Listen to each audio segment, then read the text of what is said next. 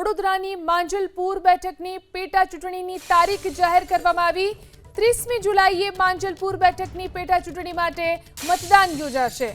યોગેશ પટેલના નિધનથી માંજલપુર વિધાનસભાની બેઠક ખાલી પડી છે, ત્યારે તેની ઉપર ફરીથી ચૂંટણી યોજાશે। પેટા ચૂંટણીની તારીખ જાહેર કરવામાં આવી છે। 30મી જુલાઈએ માંજલપુર બેઠકની પેટા ચૂંટણી માટે મતદાન થશે। યોગેશ પટેલના નિધનથી માંજલપુર વિધાનસભા બેઠક ખાલી પડી છે। વધુ જાણકારી મેળવી અમારા સંવાદદાતા હિરેન ફોન લાઈનથી જોડાયા છે। હિરેન, પેટા ચૂંટણી માંજલપુર બેઠકની પેટા ચૂંટણી માટેની તારીખ જાહેર કરવામાં આવી છે। જી બિલકુલ, માંજલપુર વિધાનસભાની પેટા ચૂંટણી બેઠકની પેટા ચૂંટણી જાહેર કરવામાં આવી છે। 30 જુલાઈ મતદાનનો દિવસ નક્કી કરવામાં આવ્યો છે। 13 જુલાઈ એ ઉમેદવારી પત્ર ભરવાનો અંતિમ દિવસ રહેશે। 14મી જુલાઈએ ભરાયેલા ઉમેદવારી પત્રોની ચકાસણી હાથ ધરવામાં આવશે અને 16મી તારીખ એટલે કે 16મી જુલાઈ એ ઉમેદવારી પત્ર પરત ખેંચવાનો અંતિમ દિવસ રહેશે। આ રીતના કાર્યક્રમ માંજલપુર વિધાનસભા વિસ્તારની પેટા ચૂંટણીનો જાહેર કરવામાં આવ્યો છે।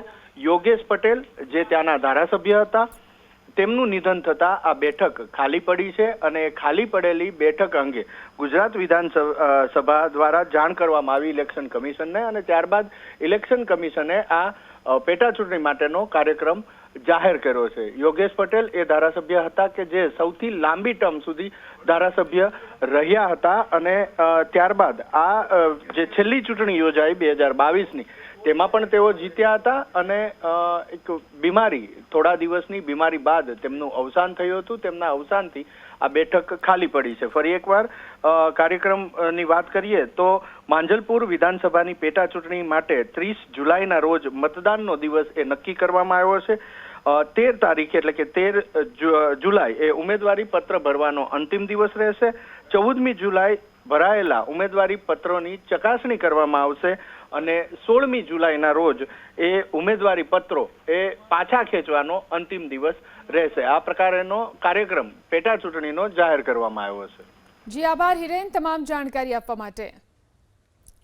તો વડોદરાની માંજલપુર બેઠકની પેટા ચૂંટણીની તારીખ જાહેર થઈ છે। 30મી જુલાઈએ માંજલપુર બેઠકની પેટા ચૂંટણી માટે મતદાન યોજાશે। યોગેશ પટેલના નિધનથી માંજલપુર વિધાનસભા બેઠક ખાલી થઈ હતી।